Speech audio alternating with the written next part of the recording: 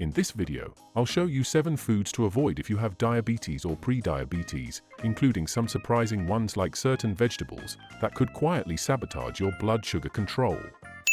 I'll also share the story of Robert, a 45-year-old warehouse manager who thought he was eating healthy until his doctor gave him a shocking diagnosis, prediabetes, despite his efforts. His story might sound familiar, and it's what inspired me to create this video. Are you working hard to manage your diabetes or prediabetes but still seeing unexpected blood sugar spikes? You'll discover the crucial foods to avoid if you're pre-diabetic or already diagnosed, so you can take back control of your health and avoid future complications. I've seen many videos on what to eat for diabetes, including those by Doc Health Verse, the Diabetes Council, and Dr. Bobby Price, but not enough that focus on what not to eat. In fact, some foods we consider healthy can still cause problems. This video gives you a research-backed list of 7 key culprits and healthier alternatives you can swap in today. Hello, and welcome to the Data Dan Explains channel. Before we get started, I have to be clear, I'm not a medical doctor, neither am I a nutritionist. But this video is based on my conversations with real diabetic patients who shared their real-life stories with me, so you should take the information shared here for educational purposes only and do consult with your doctor and nutritionist for medical and nutrition advice respectively. Let's dive into the 7 foods to avoid if you have diabetes or pre-diabetes, even the ones that seem healthy at first glance. 1. Sugary drinks like soda, juice, and sweetened tea. These are some of the worst offenders. Sugary drinks dump a huge amount of fast-absorbing sugar into your bloodstream without the fiber or nutrients to slow things down. Even so-called natural fruit juice can cause a sharp blood sugar spike.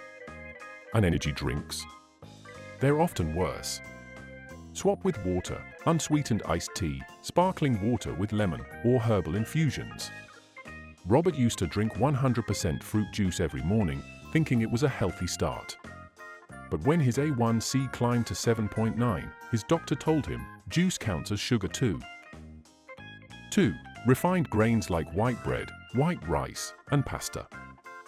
Refined grains are stripped of fiber, vitamins, and minerals, leaving behind a fast-acting starch that's basically sugar in disguise. They digest quickly and spike your blood sugar, especially when eaten alone. Many people also eat big portions, which only worsens the impact. Swap with 100% whole grain bread, brown rice, quinoa, or whole wheat pasta.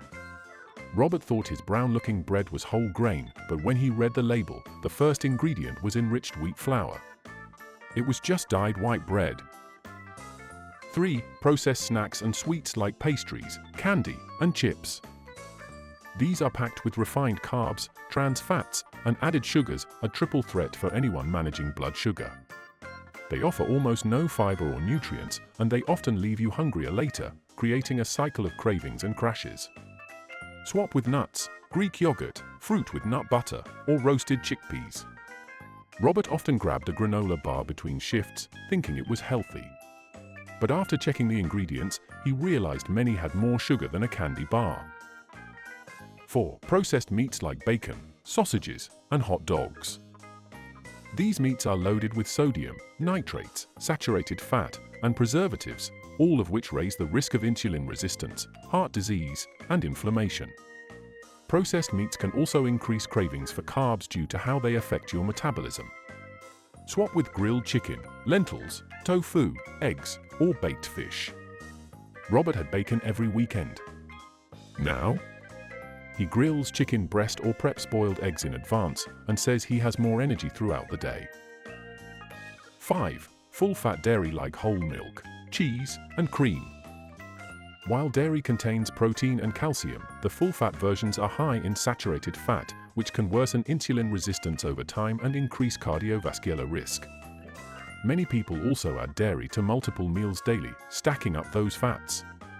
Swap with unsweetened almond milk, skim milk, or low-fat Greek yogurt. Robert's daily coffee routine included 2 tablespoons of cream and full-fat milk.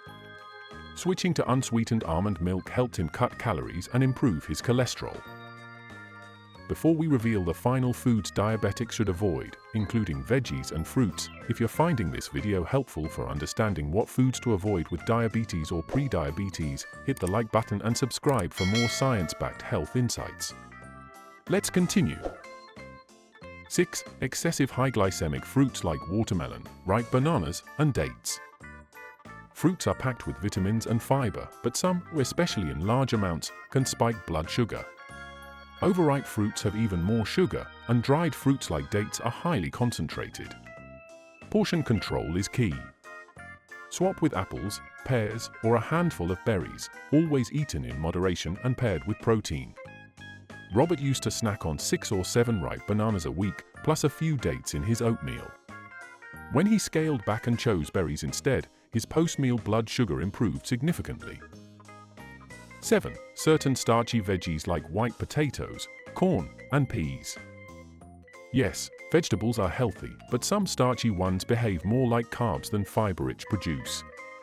In large amounts, they break down into glucose quickly, especially if prepared without their skins or with added butter or cream. Swap with sweet potatoes, in moderation, leafy greens, bell peppers, or cauliflower. Robert used to pile mashed potatoes on his plate. Once he started swapping half of it with roasted broccoli and carrots, he noticed his blood sugar stayed steadier after meals. So what happened the next time Robert visited his doctor?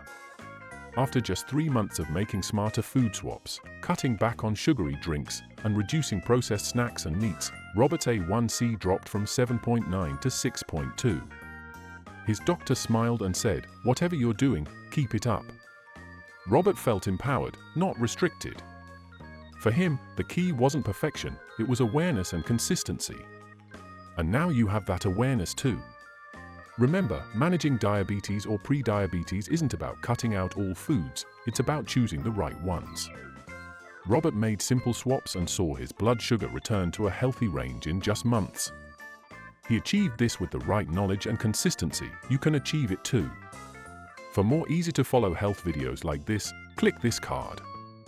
If this video helped and you'd like to support what we do, feel free to buy me a coffee, links in the pinned comment. Check the description below for more helpful tutorials. If you have a question or need more help, leave a comment and I'll be happy to assist. Thank you for tuning in. Stay healthy and see you in the next video.